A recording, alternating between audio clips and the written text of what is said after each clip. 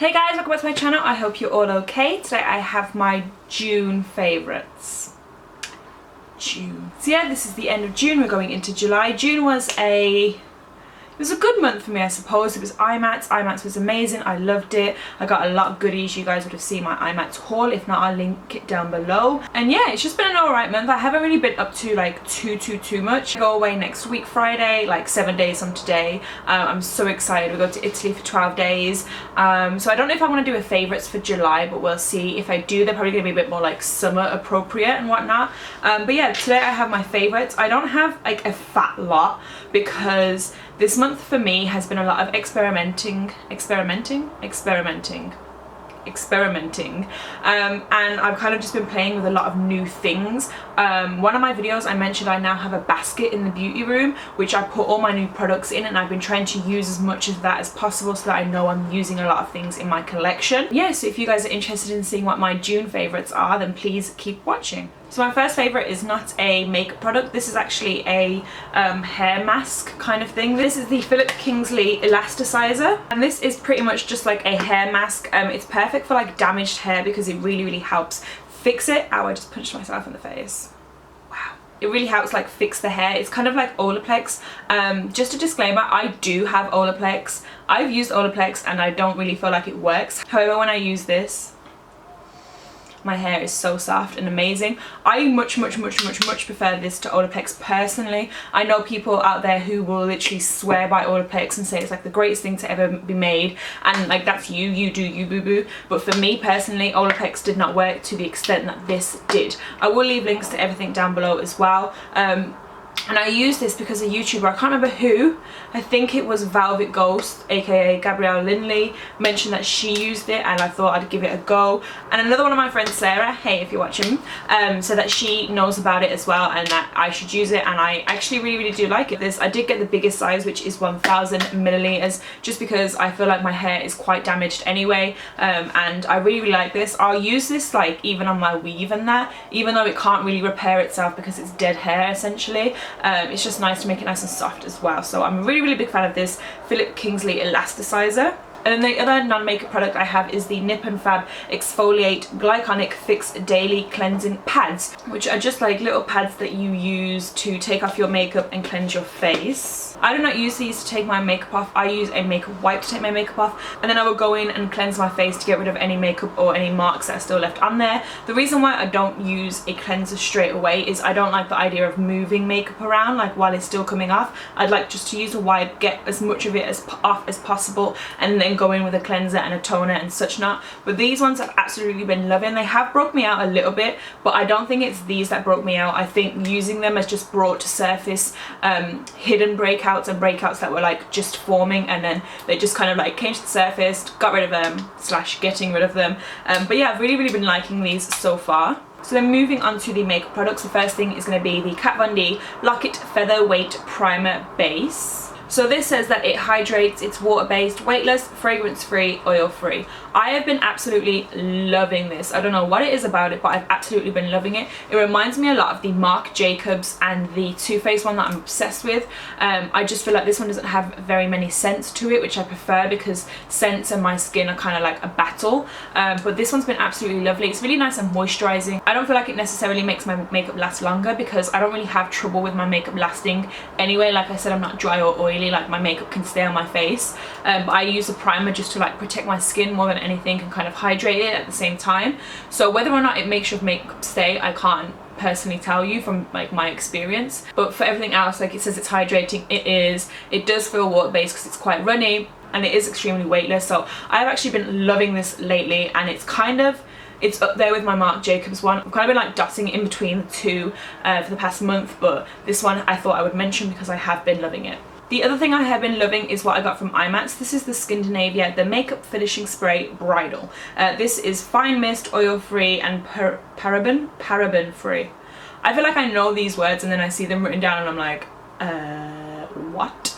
But yeah, this is a makeup setting spray essentially, and this is by the brand Skindinavia. Skindinavia do make Urban Decay ones as well.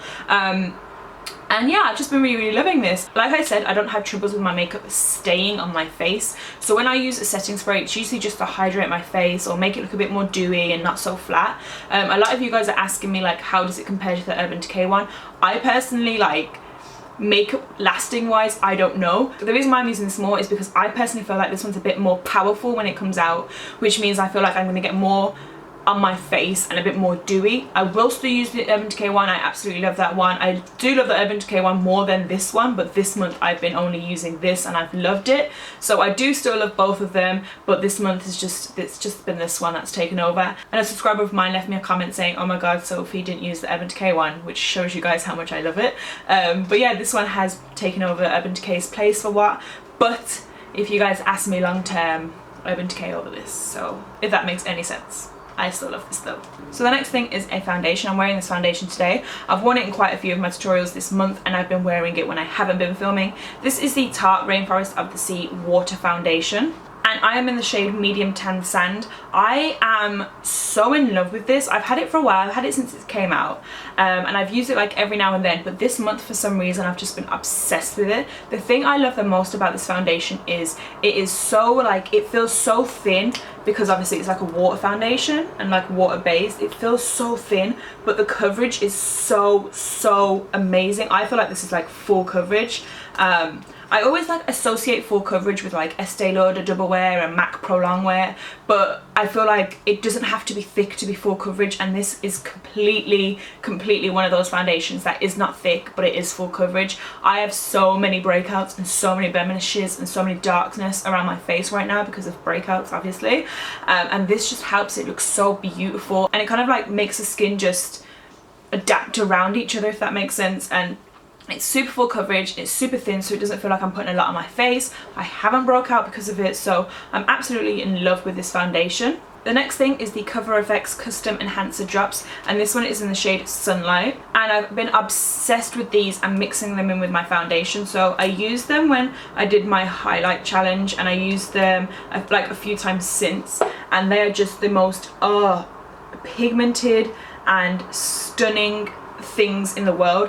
I haven't used them for highlight by themselves yet. I'm a bit scared, but I really do plan on using them as a highlight. I just need to pluck the courage, but I find that this finish makes it look so beautiful. I have it mixed in today, and like this tutorial will be up very soon, so you'll see like my face is quite like shimmery with it, and it just I just fell in love with these. I have another shade as well, but it's a bit darker. I do want to get, I think it's Moonlight, which is more of the silver one. I think that'll look so buff as well. So yeah, I've been using these, and I think when you're on holiday, these will just be perfect just to pop on your high points of your face with like some like sun lotion and everything, just for like a bit of a glow.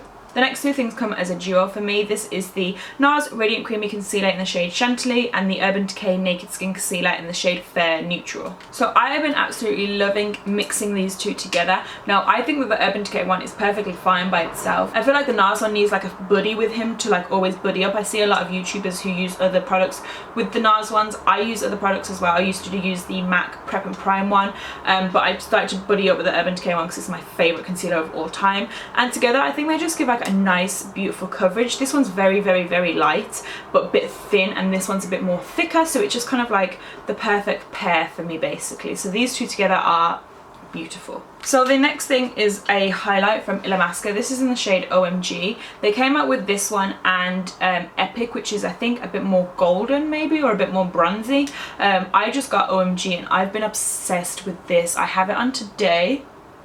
Had it on in my highlight challenge, and I've had it in a few tutorials which I will leave linked down below, and I have just been so crazy in love with this. When I first got it, it felt like kind of sandpapery a bit, but then when I swatched it, it just looked so stunning. I'm sorry I had to do it all over there. I've got so many swatches on my hand, and I am just obsessed with it. It's such a beautiful colour, such a beautiful finish, and it doesn't really feel like sandpaper anymore. It did when I first got it, but not anymore. I mean, let me just touch my highlight up real quick. Okay, yes. I don't think I've ever seen anyone do that, but now I have. Whoops. But yeah, so I'm absolutely obsessed with this. I am interested in trying Epic out, but I don't know for sure if I will. But yeah, OMG has been a babe for me. And then the final thing I wanted to talk about, I didn't know if I was going to include it or not because it is limited edition. However, it is the Becca x Jaclyn Hill Highlight Face Palette. So in this palette you get Prosecco Pop, which is the new one, which is this one here, Champagne Pop, and then 3 blushes. So Prosecco Pop is way more of like a golden as comparison to Champagne Pop, which is more rose gold. I have been so in love with mixing these two together and wearing Prosecco by itself. I've been in love with Champagne Pop for like since it came out basically, and I think Prosecco Pop has just like came in and just took the place and was like, I'm first place, I'm Sophie's best, because it is more golden rather than rose gold, which I do prefer a golden highlight personally. I just feel like I'm obsessed with this palette. I think it's such a gorgeous package and everything about it. I know there is some problems going on with Becca and Jaclyn and everything at the moment. I did get the eye palette, I haven't used it yet. I think that mine was a good one. I hope it was a good one anyway, but this face palette I'm absolutely in love with. She has said that they are sold out on Sephora, but some Sephora stores have them. So if anyone in America is able to get it, I would just completely suggest going to get it, because I think that Prosecco Pop is probably one of my favourite highlighters, maybe of all time. So that is it, guys. That is my June favourites. I hope you guys enjoy this. Please let me know what you guys have been loving this month as well. Like I said, I don't know if I will be doing a July one or not, as I'll be away for probably about like half of the month. But yeah, I'm going to see Beyonce. I just remembered I'm going to see Beyonce. Is that on Wednesday? Oh my god, oh my god, oh my god, oh my god, oh my god, oh my god. Okay, I'm excited now. Bring on July. Hope you guys enjoyed this. If you did, then give it a thumbs up. Don't forget to comment, share, and subscribe to my channel. And until next time, guys, I will see you guys very soon. Bye.